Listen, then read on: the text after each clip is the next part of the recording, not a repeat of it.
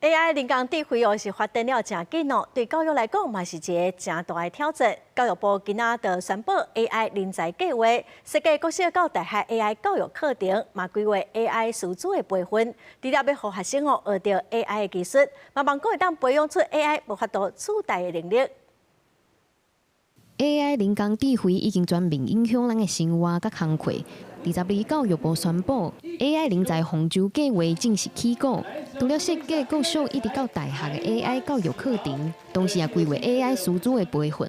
我們思考的是未來需要什麼樣的人，什麼樣的人才，我們在勾勒那一個人才，然後從政策裡邊，我們怎麼樣從基礎國民教育到高等教育，到終身學習，到師資培育，一系列的。我們怎麼樣讓它能夠具體的實現？專家表示，這擺時代已經無共，需要的人才也無共。AI 時代的人才，不是單單會曉用 AI， 是會曉用 AI 來學習管理 AI。專家也指出，台灣已經有上好的硬實力，若是透過 AI 教育培養 AI 人才，那會當讓世界看到台灣。台灣未來也會當帶領世界。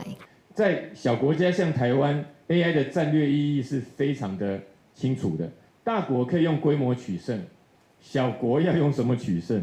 要用人才密度取勝。那大國可以用資源堆疊，它錢更多哈，它幣更大。不過台灣呢，我們通常以及未來呢，都應該用速度、信任、跨區域的整合、跨領域的整合，還有我們的最重要的教育品質來取勝。